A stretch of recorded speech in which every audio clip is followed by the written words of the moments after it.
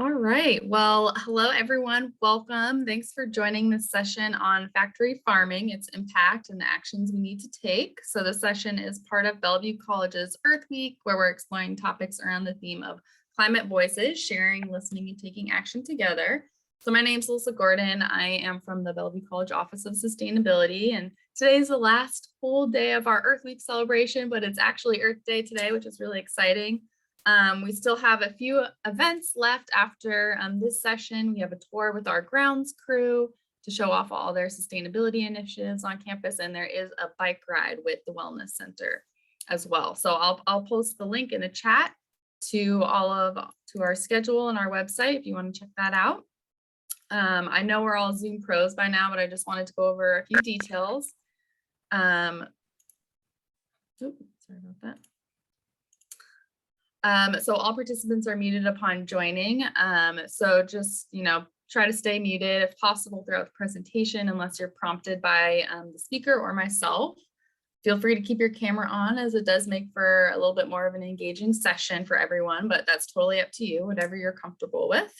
As a note, this session is being recorded to post on our sustainability website for a reference. So if you're, want to revisit this talk later, it will be available for you. Throughout the session, please feel free to put any comments in the chat box or questions there as well. Remember to please be kind and respect everyone when using the chat box. There'll be Q&A at the end, so you can just unmute yourself if prompted, or put your questions in the chat box and we'll read it from there. And then throughout the presentation, if you have any technical difficulties, just message me privately and I'll be happy to assist you. So lastly, before we get started, I'd like to pause to acknowledge that Bellevue College resides on the traditional and occupied land of the Coast Salish peoples, past, present, and future. That includes but is not limited to Snoqualmie, Suquamish, Duwamish, Nisqually, Tulalip, and Muckleshoot. We honor their connection to their region, pay respect to the Coast Salish elders, past and present, and stand in solidarity through their struggles with continued systemic oppression. We commit to care for the land and water and center equity at the core of our learning. All right, now let me take a moment to introduce our speaker for today's session, Brandon Blake. So Brandon holds a BA in International Affairs and Arabic from Florida State University. Instead of becoming a diplomat, Brandon listened to all of his mentors and I shared my screen. Sorry, go on. I know, it bumped me off. That's like Oh, sorry about that. You're totally fine. And instead became a teacher after graduating college. Brandon was a preschool teacher for 15 years before switching over to humane education 5 years ago. First as a volunteer and later as a professional. He is also an artist who specializes in multilingual calligraphy and calligraffiti, and a musician who plays several instruments. Brandon lives with his rescue dogs and cats. All right, without further ado, welcome, Brandon. Thanks for joining us. Thank you so much. Thanks for having me. And thank you everybody who decided that it was important enough in your day to come and hang out with us today as part of the Earth Day celebration today. And as far as the whole week of Earth Day celebration that y'all have been a part of. Real quick housekeeping. Elise, do you see my screen with my mouse running over it? Yeah. Perfect. Okay, we're going to be doing this. I don't know why it's not going into absolutely full screen, but that's okay. I'm still full screen for y'all. So, okay. Well, with that said, feel free to utilize the chat. I have the chat box open, so I'll be able to see your comments and questions directly. If you have something that you need to say, definitely let me know in the chat, or, if you need to, feel free to unmute yourself and ask me directly. But anyway, I'm going to get right into it. We're going to go over a lot of information in a short amount of time because I want to make sure I can give you all of the most current, updated information, scientifically backed on factory farming. So my name is Brandon. I'm with Factory Farming Awareness Coalition, and we are a nonprofit that seeks to work with people to help people learn about where our food comes from and the impacts of our food choices. So with that said, here are some of the the basics of what we're going to be going over today. Here's a quick outline. We're going to talk about what factory farming is, how different products are made, how factory farming affects the environment, which will be part of the core of our discussion. And we're going to wrap up with solutions and actionable items, which I know is important for the educators here to give you things that you can actually do. So with that said, quick disclaimer, there's no way for us to talk about factory farming without it being somewhat disturbing, but there's no bloody videos, no slaughterhouse footage or anything like that. And we even have a couple of cuteness interludes. So with that said, how many of you sang Old MacDonald when you were kids, right? We have this idea of, idyllic, happy cows in the pastures, rolling green hills. But what I'm here to talk about, that's not what factory farming is like anymore. So rather than Old MacDonald, we have what's called the concentrated animal feeding operation, otherwise known as CAFO.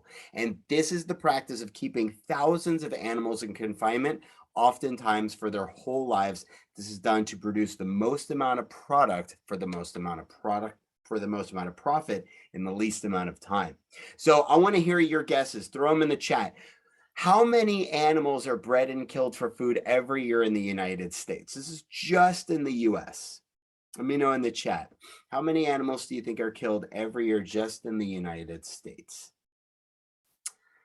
I know it's a big number. I'll give you that hint, but I'm just going to keep it going, whether you're guessing or not. Okay, good. We got millions, 30,000, 1 million, in the billions, 5 million, 10 billion. Y'all, we're really inching up there. 10 billion. 10 billion. And remember, 1 billion is 1,000 millions. So this number is wildly hard to imagine. It's more than 1 million animals an hour, 285 animals every single second. So when we think about that, and we talked about that concentrated animal feeding operation, that is the hallmark of factory farming. What percentage of those animals, let me know in the chat, what percentage of those animals were raised on factory farms? Anybody having a guess? Out of that 10 billion number, what percentage? 80%? Well, I'm going to tell you, nope, not 75 either. Good guesses. I got one from Fatima Hassan. Wow, Azim Fatima. That's spot on.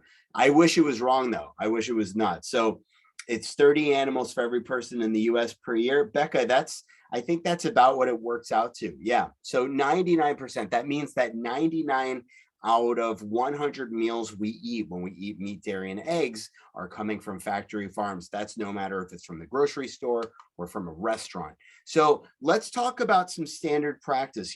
I want to take a minute to explain what goes on factory farms, because the conditions that these animals are kept in are really problematic, and we'll discuss that too. But to understand factory farming, it really helps to understand the underlying mindset. And you could see this quote: the breeding sow should be thought of and treated as a valuable piece of machinery whose function it is to pump out baby pigs like a sausage machine.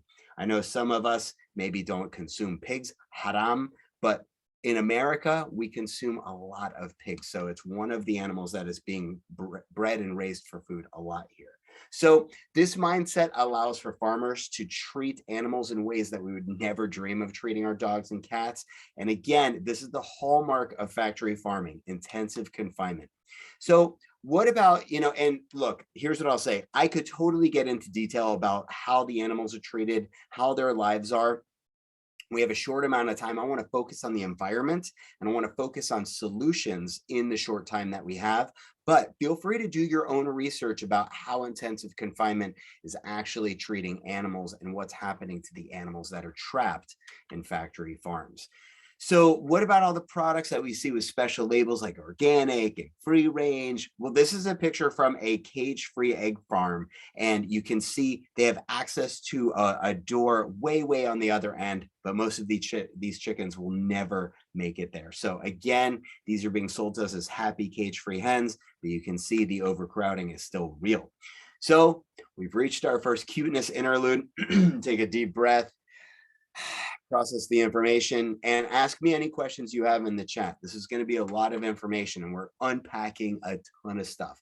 So we're going to talk about fish, which is an industry that gets very little attention, and fish are often overlooked compared to land animals despite the strong evidence that fish have the same kind of capacity for suffering, people have trouble empathizing with them because they don't make facial expressions that we recognize. And is there a better certification to look for compared to cage-free? Well, Alyssa, unfortunately, a lot of the labels are labeling that is created by private organizations that are profiting out of these labels. Like, for example, certified humane raised and handled, or certified humanely raised. That is a certification that farms can pay for to get. They have to meet a certain minimum standard. But again, those minimum standards are just pretty minimum, and they're not actually guaranteeing the lives of these animals to be any better. It's just a way for marketing for people to feel better about our consumption, when the reality is this right here, when we have that is a cage-free operation. So it's a great question though. So you can see here, this is a commercial fishing trawler, and it has a net that's over a mile long, and it is sucking up and scooping up everything in its path. On the tops, those little red blobs are people. You can see the scale, and ships like this are operating every day, all day in international waters around the world. And we're pulling as many fish as possible as we can out of the ocean. So every year there's fewer and fewer fish left in the ocean. We are literally draining the oceans. There are millions of fish in that net, most of which are actually not part of the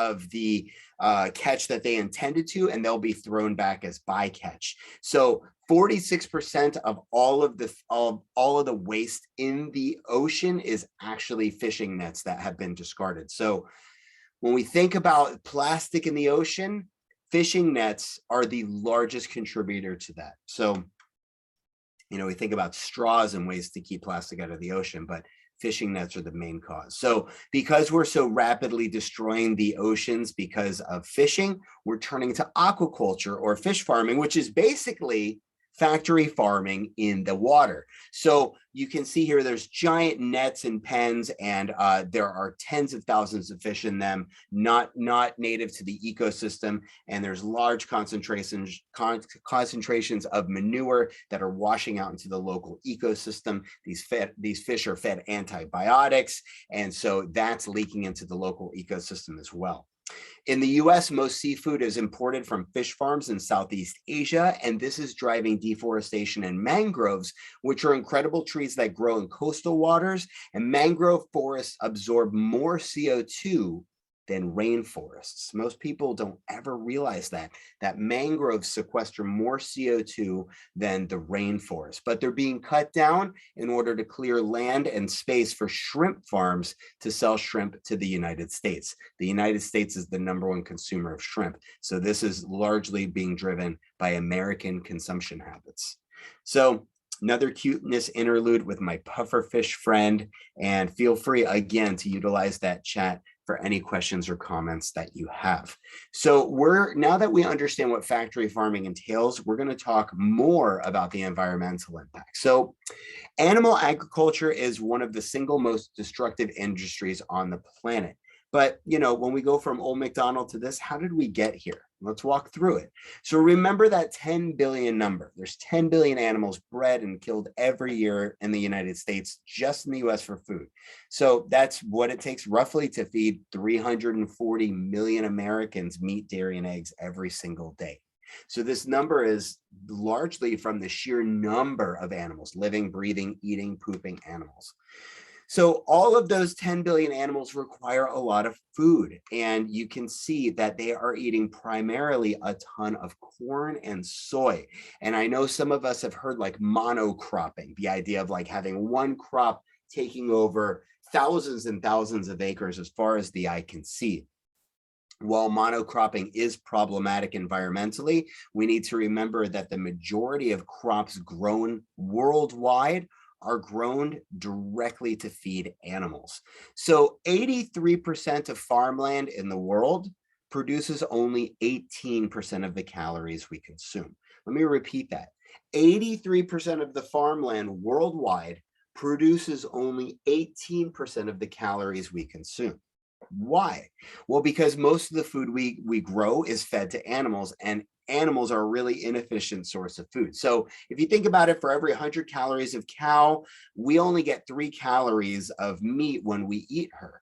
What happens to the other 97 calories? She burns them and to live just like we do. So as this graph shows, feeding 100 calories of corn and soy, you only get 7 calories of milk, 13 calories of egg, 12 calories of chicken, 10 calories of pork, 3 calories of beef. So this means we're wasting a lot of land, a lot of energy, and a lot of food. In fact, a recent study showed that if everyone around the world ate about half as much meat, and we used the farmland to grow fruits, vegetables, and legumes to feed people directly, rather than growing corn and soy to feed to animals on factory farms, we could feed an extra 2 billion people. There's a lot of talk about how we're going to feed the growing population. And you know what? We got to look at the plant world to see how we can do that. So all of this animal feed requires huge amounts of land. It's the leading cause of deforestation in the Amazon. And most of these fires were started by farmers and ranchers trying to clear the land for grazing cattle or growing corn and soy to feed the animals in these feedlots and on factory farms. They're actually being incentivized by the government to do so.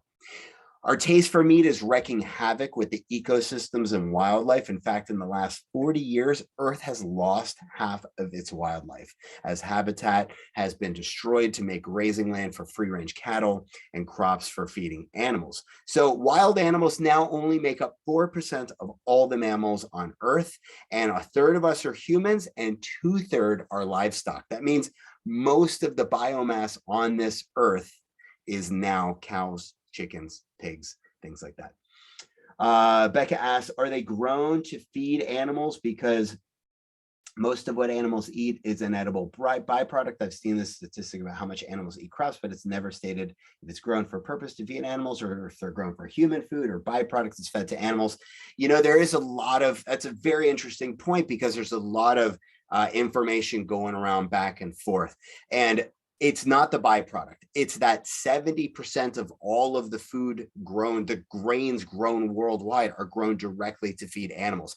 Yes, they are given byproduct feed that is left over from human production as well, but the majority of it is given straight to animals as animal feeds. And so that's something that's a known. And again, there's footnotes at the bottom of all of these slides. So, you know, this is the most up-to-date current research-driven information. So yes, most of the corn, soy, and wheat in the world is grown directly to feed animals.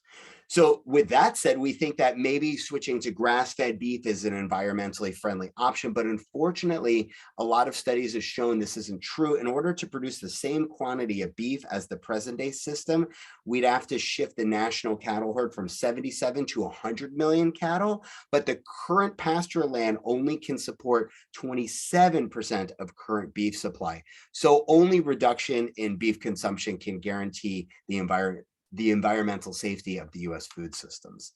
So a final problem with all of this corn and soy and all of the animals that it's feeding is that it requires a tremendous amount of water. For example, when you add up all of the water used for food, water, cleaning the facility, the average dairy cow every day consumes 4,954 gallons of water. So every dairy cow in the United States is consuming 5,000 gallons of water every day. And when we think about ways to save water, what do we think of? Shorter showers, right? Maybe turning off the water when you wash your hands, but reducing our dependence on animal proteins, and dairy is one of the easiest ways to greatly reduce our water footprint. So you can see here the water footprints of different types of milk. You can see here that cow's milk is far more resource intensive than any of the plant-based milks. So if you're looking for the absolute lowest footprint, switching to soy or oat milk are the lowest ones. Getting rid of golf courses, yeah. You know, there are a lot of golf courses. Golf courses are very water intensive. That is absolutely true. So out of, you know, all of those antibiotics, pesticides, GMO crops, they're all being fed to animals. They're all being fed to us. And, you know, that 10 billion number, what happens to all of this waste? Imagine if every person in the United States pooped into open air cesspools and pits all year round without stop. That's what's happening on factory farms. I'm going to show you this quick video, and Dr. Wing is going to show us what's happening. You're looking at a lake of toxic pig feces and urine, the size of 4 football fields. That's because thousands upon thousands of pigs are inside of these buildings. Their waste falls through slats in the concrete floor, and it's flushed directly into this giant open-air cesspool. How many of these kinds of factories are there? In North Carolina alone, there are over 2,000, and the consequences are disastrous. The waste falls through the floors. It's flushed out into an open pit, like a cesspool. It's easy for a big hog operation to have as much waste as a medium-sized city. Of course, the pit will fill up, so it has to be emptied, and they're emptied by spraying the liquid waste. If you're familiar with a garden sprayer, they're gigantic versions of that. So they're making droplets, fine mists out of this liquid waste, and that can drift downwind into the neighboring communities. This is where they spray animal waste on us. This is about 8 feet from my mother's house. What is it like when the mist is? It's like, you think it's raining? Really? You think it's raining. We don't open the doors of the windows, but the odor still comes in. It takes your breath away, she was about to say. Sorry that got cut off. That's pretty unbelievable to see what's happening, right? Those giant open air cesspools are what's happening on factory farms. They're impacting the BIPOC communities surrounding these factory farms, especially in North Carolina, which supplies almost all of the nation's bacon. So this problem is not just in North Carolina. Us consumers are contributing to it. Factory farms are exempt from the Clean Air Act. They don't even have to abide by the same rules. And all of this manure is causing massive runoffs, killing fish, making the water unsafe to drink. Eutrophication is responsible for $2 billion of damage because algae is blocking the sunlight because of all of the runoff, the excess nitrogen that's in the water from the animal waste. So all of this nitrogen and manure runoff runs from these factory farms into rivers in the Mississippi River, which feeds into the Gulf of Mexico. And you can see in 2017, this created the largest dead zone ever recorded, larger than the size of New Jersey. So again, as we are here on Earth Day, factory farming is wreaking havoc on our environment. And according to the most recent data, factory farming and animal agriculture is the largest driver of global greenhouse gas emissions. In fact, climatehealers.org just released a scathing paper about animal agriculture, especially factory farming, tying it directly to 87% of global greenhouse gases. So it's a lot of information, and we're going to be unpacking some more. But now that we have an overview of how factory farming affects the environment, its role in emerging infectious diseases also becomes apparent. So according to the UN, there's 7 major factors of what drives zoonotic diseases. And first, deforestation. Livestock is becoming infected by animals that have been wild, and now we're encroaching upon their spaces. When we change the land from forest to livestock feedlots, we're exposing our animals that are in the food system to wild animals, which is how COVID jumped the species barrier from bat to pangolin to human. And so you can imagine that this is really problematic because of the way we are raising animals for food. We remember, the hallmark of factory farming is intensive confinement. And as we know with COVID, we're not trying to intensively confine each other because that would spread our disease of COVID. Now, with that said, if we're keeping hundreds of thousands or tens of thousands of animals in intensive confinement, it is the perfect group breeding ground for the next pandemic. I hate to be the bearer of bad news, but unless we address factory farming and make sure that we are doing the things that we need to do to eradicate factory farming, this won't be the last pandemic of our lifetime. They're culling turkeys and pigs in factory farms across the world as diseases are spreading, and they're trying to mitigate that. What is the oceanic dead zone now? Right now, it's still in the Gulf of Mexico. It's still a dead zone in the Gulf of Mexico from the runoff from the factories. So take a breath, look at our piglets. we are now going to get into solutions. And this is so important because, you know, as our theme is for the week, climate voices, you know, sharing, listening, taking action together. That idea of taking action together, I want you to feel hopeful and inspired to act. I know this is a lot of heavy information and it can be hard to hear. It can be even a little depressing, but we have the power to act. So the basic solution is simple. We need to eat less meat. World leaders, leading institutions say we can't stop climate change and have enough clean water and food to grow the growing population if we continue to eat meat and dairy and eggs multiple times a day. So it is urged first world citizens to eat half as much meat. But in America, US citizens need to eat 90% less pork, 60% less meat, milk and poultry, and 50% less eggs. And it's a real testament to how much Americans we are over consuming, and we've got to really pull back. You know, awareness is starting to grow. The youth is on top of it. You're on top of it. And we want to give you the information so you can be informed consumers and actionable citizens. So you can see here, even if Americans didn't eat meat 1 day a week, it would be like taking 7.6 million cars off of the road.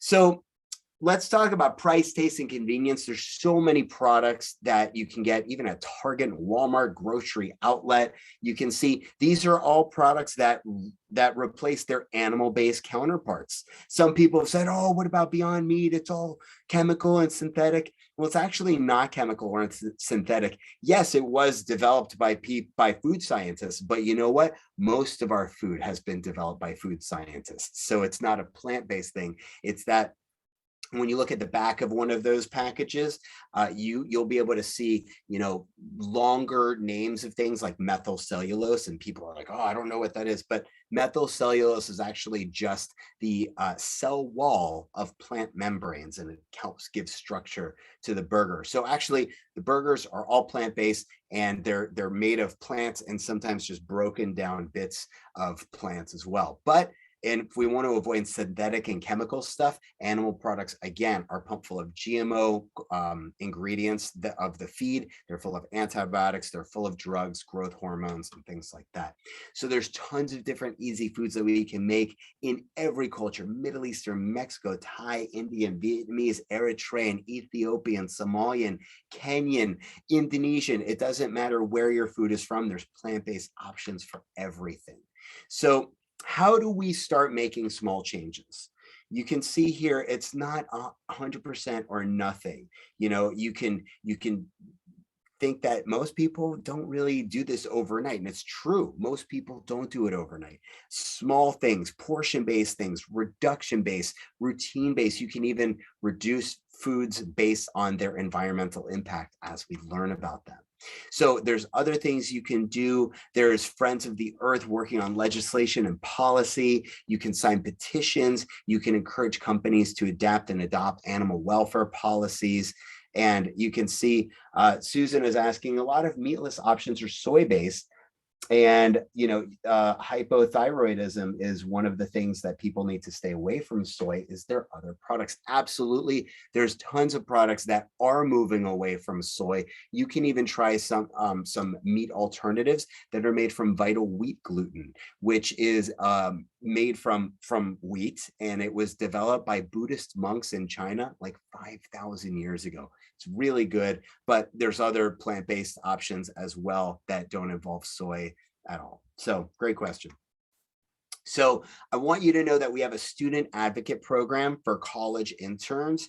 And this is, if you care about these issues and you want to make a difference, consider applying to this institute, because it's a great way to develop your public speaking skills, get administrative experience, work on campaigns, and learn how to make a more just and a compassionate food system for everybody. But I think most importantly, you're going to meet other students across the world that are interested in this work and are, you know, of like mind. So Becca says there's some chickpea-based products that are pretty good too. Absolutely. Chickpeas are wildly versatile. They're high in protein. They're full of tons of chemicals. I was going to say minerals and nutrients, not chemicals. They're full of minerals and nutrients that are really good. Chickpeas are super versatile and have a very, very low carbon footprint. So as far as our climate impact and our carbon footprint, chickpeas are one of the best things that we can be eating.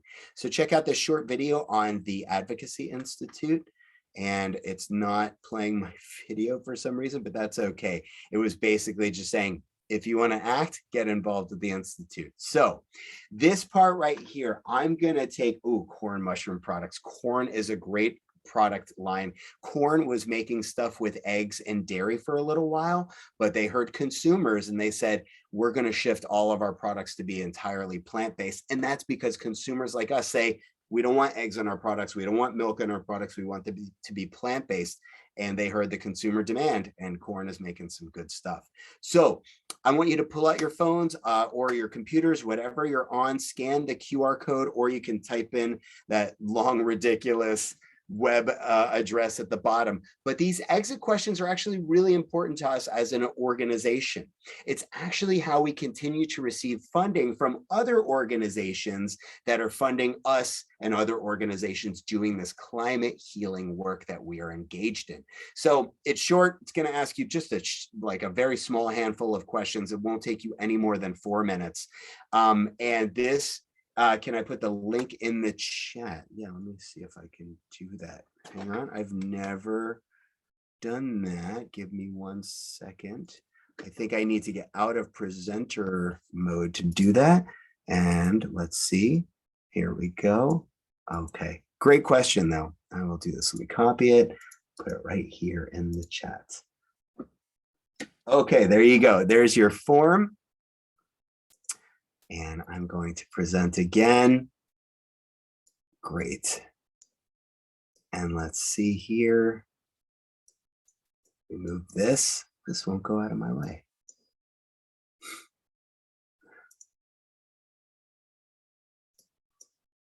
Aha, okay, there we go.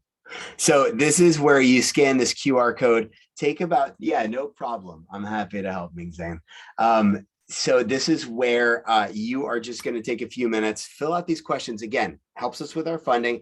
Also tells us, what are you learning from this? What did you gain? What stuck? And also it gives a chance at the end, if you have any additional questions that you want to ask me directly, any feedback, anything that you want to say about how this intersects with how you think about Earth Day, let us know. We're always interested in what students are saying, because we want to tailor this to you. This isn't about my opinion or what I think. This is about giving you the most factually accurate information about factory farming, how it's impacting the environment, and what we can do. So I'm going to get off screen just for a few more minutes. We're going to take about 3 more minutes to work on this. I'm going for 100% participation rate, because again, the more participation we have from you, the more we know what's important to you, what you learned, and it helps us with our funding. So thank you. And if you have any questions, you can feel free to ask me in the chat. I'll be back in 2 minutes.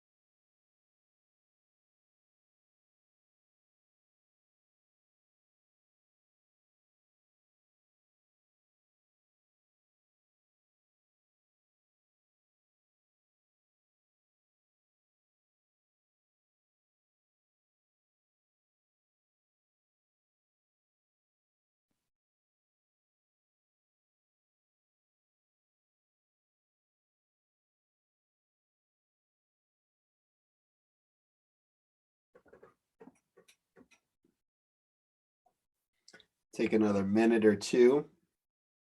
And if anybody is done, if you have any questions you want to ask, go ahead and do so. Again, I appreciate your feedback and input. I really hope you got something out of this today. It's a lot of information. It's a lot of intense information. And you know what, to be honest, there's only a handful of corporations in the country that are controlling almost all of our food. And do you think they want me here with you in Bellevue College giving you this information? No, they don't. They definitely don't. They don't want me sharing this information. They don't want me talking about this.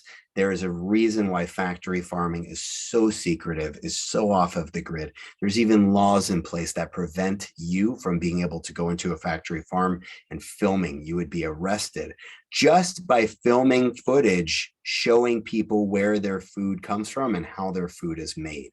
And this isn't even including slaughterhouses. This is just how animals are being raised. So that should really say something, that if our food needs to come with a graphic image warning, or it's illegal to even get any footage about how our food is made, we really should question how that food is made, and is that something that we want to be supporting? So with that said, I'm going to go ahead and I'm going to stop sharing my screen. You can see here, if you want to follow us, ffacoalition.org or FFA Coalition on all the favorite socials.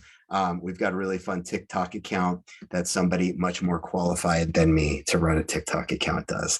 So I'm going to stop my share and I'm going to say thank you to everybody. And if everybody can pop on their screen so I can see everybody for a minute. Ming Zhen, thank you for having your screen on. It's good to see you. And it's just, for me, it's such a joy to be able to connect with people on Earth Day itself. Hi, Jessica. Hi, Erica. It's good to be here with you for Earth Day, because Earth Day is one of those days that a lot of people do performative things for on this one day, but we want to give you actionable items so that as you move forward beyond Earth Day, we want you to have the information. And if any of you are recorded, Erica asked if any of you are interested in getting this recording. I know that Alyssa had recorded this and it will be available after our time together. Isn't that right? Great. Okay, we got a thumbs up. And yeah, it's going to be posted on the sustainability website, which Alyssa has graciously linked to us down there. So look at this, friends. We are done ahead of schedule. I know we, in the last 2 years, have spent a lot of time on screen, and so I'm going to spare you any extra minutes, and we're going to wrap up early. But if you heard anything in our time together that really stood out to you, I hope you shared with us in the exit questions. I'm going to read those later, but also feel free to do more research on your own.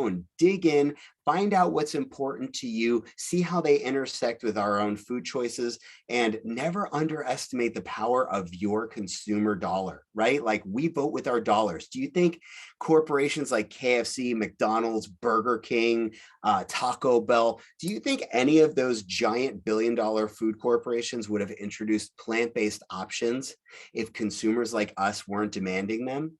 Do you think they did that because they wanted to do right by the animals and the environment?